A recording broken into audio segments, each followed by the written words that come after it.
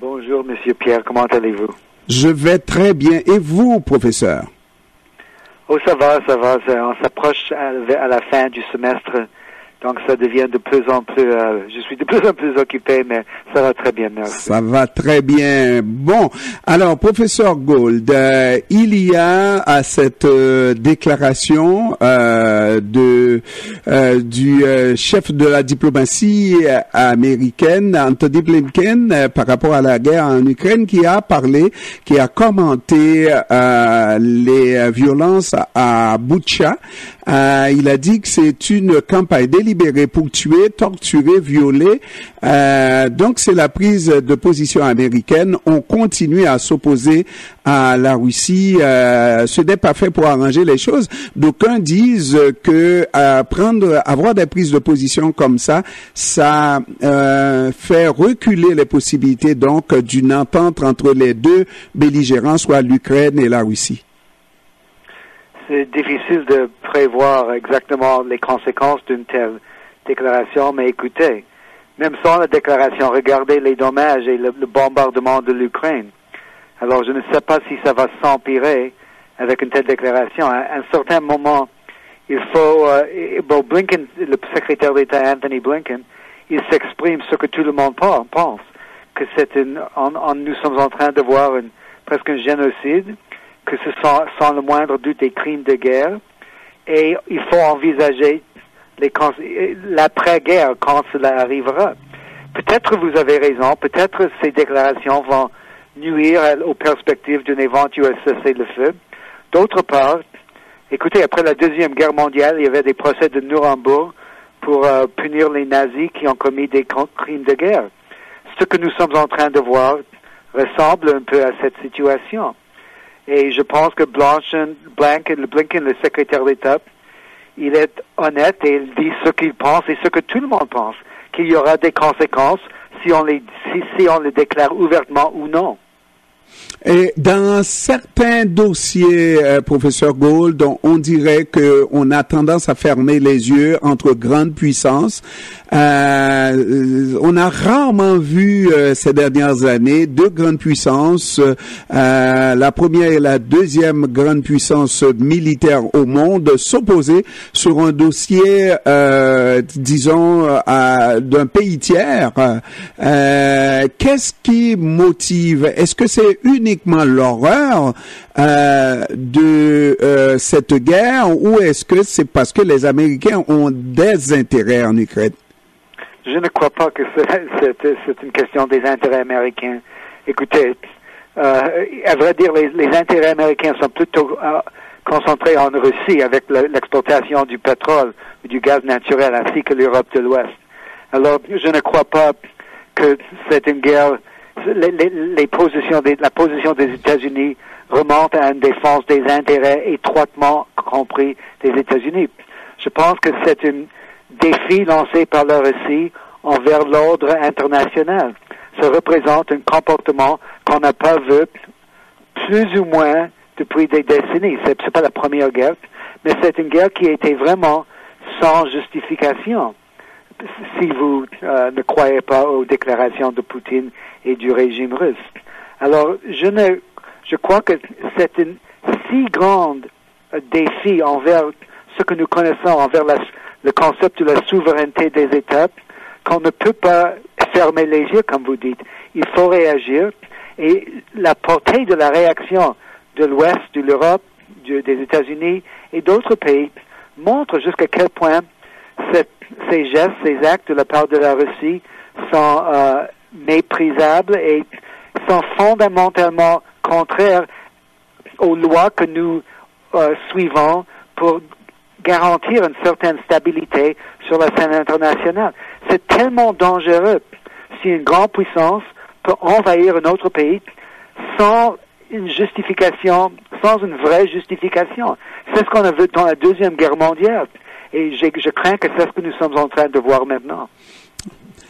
professeur, on va regarder un autre dossier, c'est le retour à la Maison-Blanche, l'instant d'une cérémonie de Barack Obama, qui est l'instigateur de cette assurance santé, qui est retourné probablement pour apporter son appui à Joe Biden, n'est-ce pas, mais qui en a profité pour célébrer cette belle réussite avec son Obamacare, qui a été peut-être à peine égratigné par Trump, mais qui est resté très solide, qui marque l'ère Obama. Non, c'est vrai. Obama est retourné à la Maison-Blanche pour la première fois depuis la victoire de Trump en 2016, afin de fêter et de reconnaître le succès de Obamacare, qui est, selon moi, le plus grand accomplissement d'un président américain sur la scène domestique depuis les années 60, depuis les grandes lois sur les droits civils et sur les lois pour combattre la pauvreté. C'est le plus grand accomplissement d'un président américain. Et c'est vrai que Trump a essayé un peu d'affaiblir Obamacare. Il n'a jamais réussi. La Cour suprême a 3 fois tranché sur ces questions. Ils l'ont laissé en place. Les républicains ont contrôlé le Congrès durant Trump. Ils n'ont jamais réussi à supprimer ou à tuer Obamacare, qui était leur plateforme. En fin de compte, c'est un accomplissement qui maintenant jouit d'un niveau de popularité très élevé. Et je pense que, avec quelques ajustements récents mis en place par Biden, il y a de plus en plus d'Américains qui sont couverts par cette assurance santé.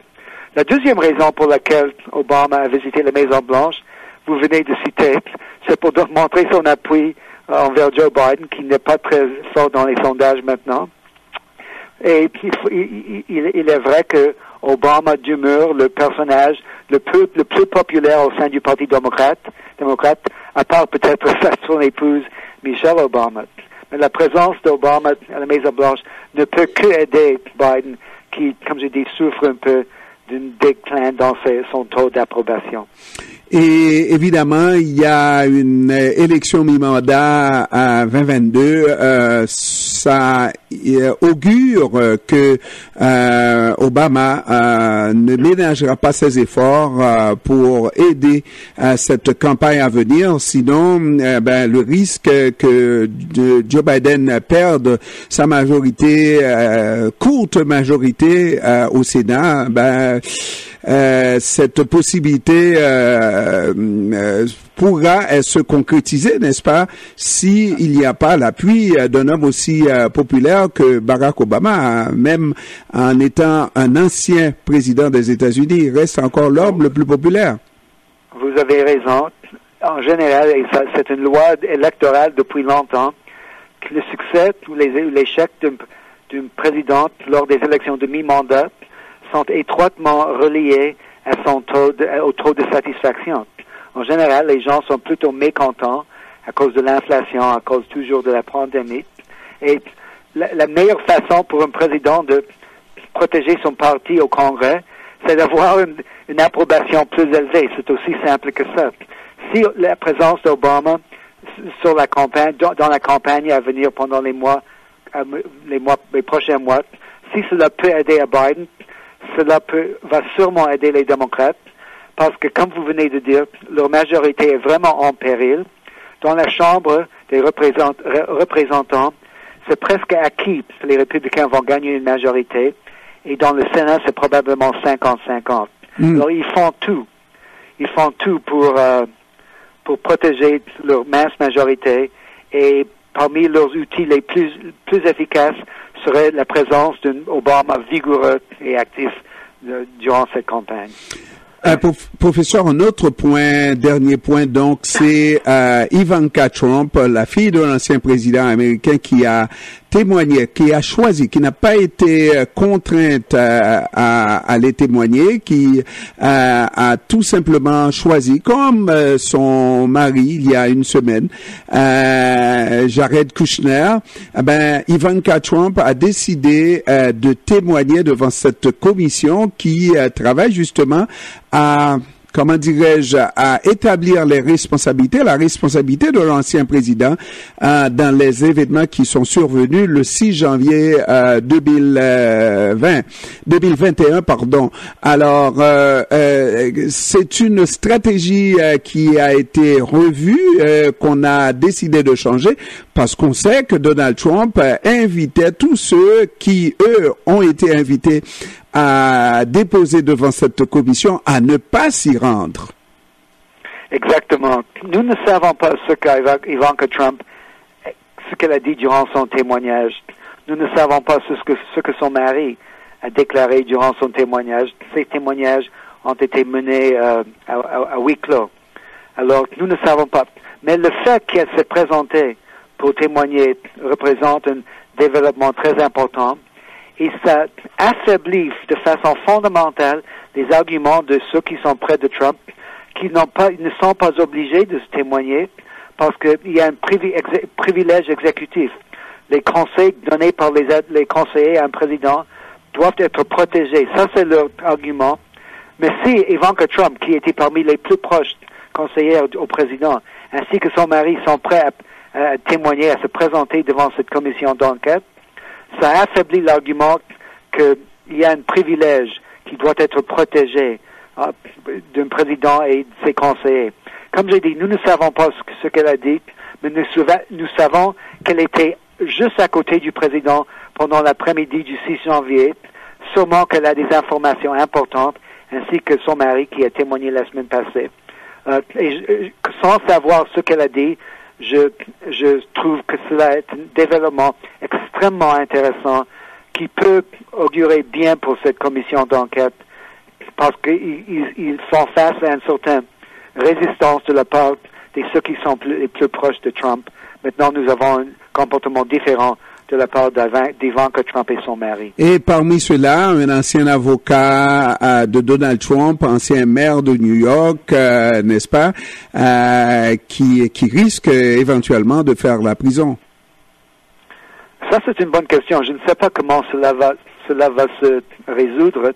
À un moment donné, il faut croire qu'il y aura des limites à la fidélité de Rudy Giuliani envers Trump, parce que est-ce qu'il est prêt à aller en prison pour protéger l'ex-président? Je ne sais pas. Ça, c'est quelque chose qui sera très intéressant à suivre. Mais je pense que c'est l'homme, comme on dit ici, il y a une belle expression, qui serait prêt à prendre une balle pour Donald Trump, n'est-ce pas?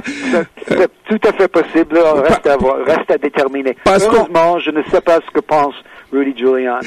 Parce qu'on a déjà vu ce monsieur-là témoigner devant, faire du zèle alors qu'il avait vraiment une très mauvaise représentation avec des sueurs colorées sur le visage.